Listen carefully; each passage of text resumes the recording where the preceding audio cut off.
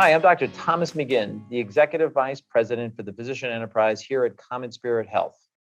Today is April 4th, and welcome to the 5-Minute Check-In. We have a lot to cover as always. We're going to talk about COVID, what's happening across the United States, what's happening here at CommonSpirit Health. We have two guests, one to talk about the new booster recommendations that just came out from the CDC and the FDA, and another guest to talk about a New England Journal publication about asthma. We have some celebrations to mention. And also, I'm going to encourage all of you to sign up for the Physician Enterprise Summit, which is coming on April 19th, and it's virtual. So let's get started. We have a lot to cover. As we can see across the United States, cases of COVID are down in almost every region in the United States. Hospitalizations are down. And really what's encouraging is to see we have the lowest daily mortality since the beginning of the Omicron variant surge. So that's very promising news. The new variant, the BA2, is on the rise, but again, hospitalizations are down and mortality is down.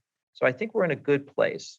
So as I mentioned, both the CDC and the FDA have approved a second booster shot for those over the age of 50. And this can be a little bit complicated, but I'm so happy to have Dr. Ankita Sagar with us here today, the new Vice President for Clinical Standards, to talk about these recommendations to all of us. So welcome, Dr. Sagar, and thank you for sharing your ideas about this. Can you summarize these recommendations for us? Sure, happy to. So when I think about the booster, the second booster, there's three main categories. One, age 50 and up. Two, there's a special circumstance under the Johnson & Johnson vaccine. And the third one is those patients who are maybe under 50, but are immunocompromised. The first one, 50 and up, those are going to be people who received their first booster 4 months ago and are due now for their second booster with an mRNA vaccine. Now, the second group, that's a special circumstance, those are going to be people who received a Johnson & Johnson vaccine and their first booster with a Johnson & Johnson. But now they are eligible for a second booster with an mRNA vaccine. So we can cover them also. And then the third group is the immunocompromised patients. So this is going to be their second booster that they can receive 4 months after their first booster. Just to level set, immunocompromised, we're talking about moderate to severe immunocompromised patients. And a refresher for these patients, their primary series are vaccines 1, 2, and 3. And then their first booster is actually their injection number 4. And then their second booster now will be injection number 5. Right. So this is all summarized in some of our attachments here. And it can be a little confusing, but I think, is it right to say the vast majority of what we're going to be dealing with is the first case, which is a fourth booster recommendation for folks over the age of 50. Is that right?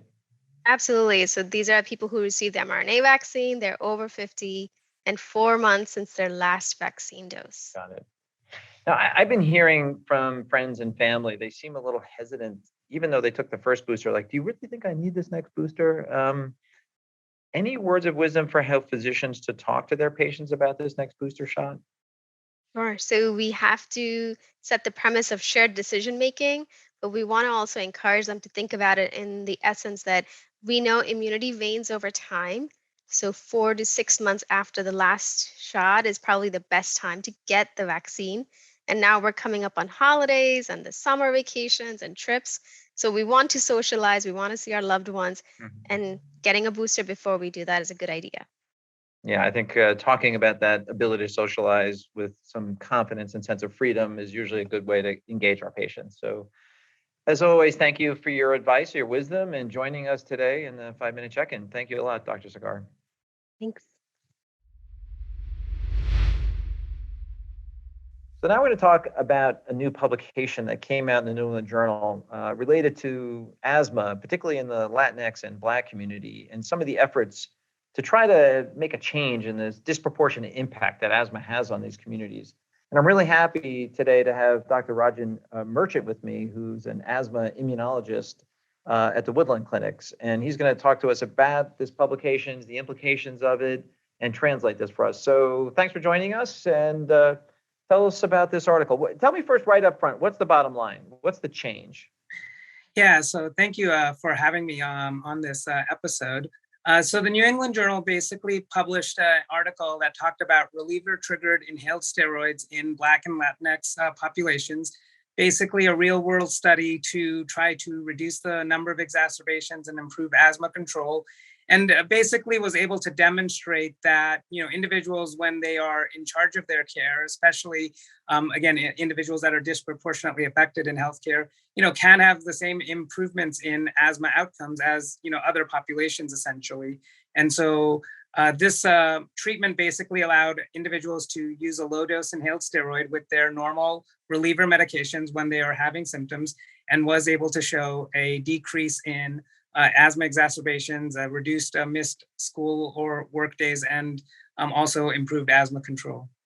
So if I'm an asthmatic and I'm on my maintenance therapy, I would normally reach for a little beta agonist because I'm having shortness of breath during the day. What they're saying in this study is now, in addition, take a low-dose corticosteroid inhaler, and versus compared to a group that didn't do that. And Correct. It's sort of an educational process to teach patients how to do that. And that had a pretty big impact. Yeah, it definitely had a big impact. It goes along with some of the other current guidelines that have looked at using combination inhalers with glucocorticosteroids and long-acting beta agonists. And this one showed the same sort of improvements with just using an inhaled corticosteroid with current short-acting beta agonists. Great.